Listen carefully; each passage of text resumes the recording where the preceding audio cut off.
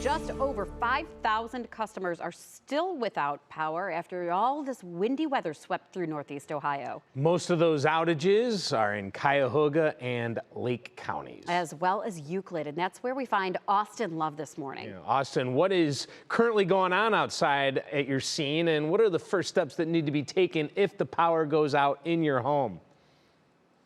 Yeah, absolutely. Hey, good morning to you guys. Yeah, people here in Euclid. I'm on East 236th Street right now in Euclid, where they're in cleanup mode right now, where you can see from just the sheer force of these winds taking down this very large branch that is right here on their curb. Currently, right now, about 100 people in this city of Euclid is currently out without power right now. But yeah, you can just see just how strong these winds are, especially in a neighborhood like this. A lot of old trees, definitely susceptible to things like this happening. But guys, this is supposed to pick up and then add snow to the mix. So with about 100 people in Euclid this morning without power and thousands across Northeast Ohio without power, what do you do if the power goes out in your house? Well, there's a few things you can do. Number one, keep freezers and refrigerators closed. Also, make sure you use a generator, but only outdoors and away from windows. Do not use a gas stove or oven to heat your home. Also, make sure that you're disconnecting appliances and electronics to avoid damage and electrical surges. Now, yesterday we caught up with a Lake County man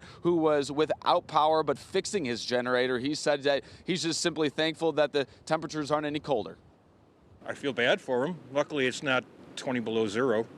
You know, that's what I have my backup generator for when it's really, really cold. And cold weather finally got the best of it, so I had to go out and get a replacement, put it in. Not too big a deal.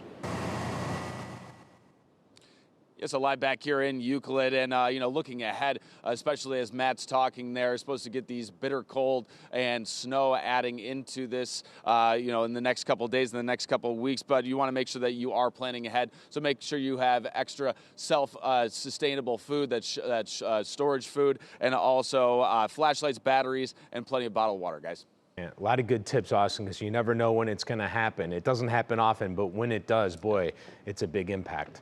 All right. Thank you. Absolutely.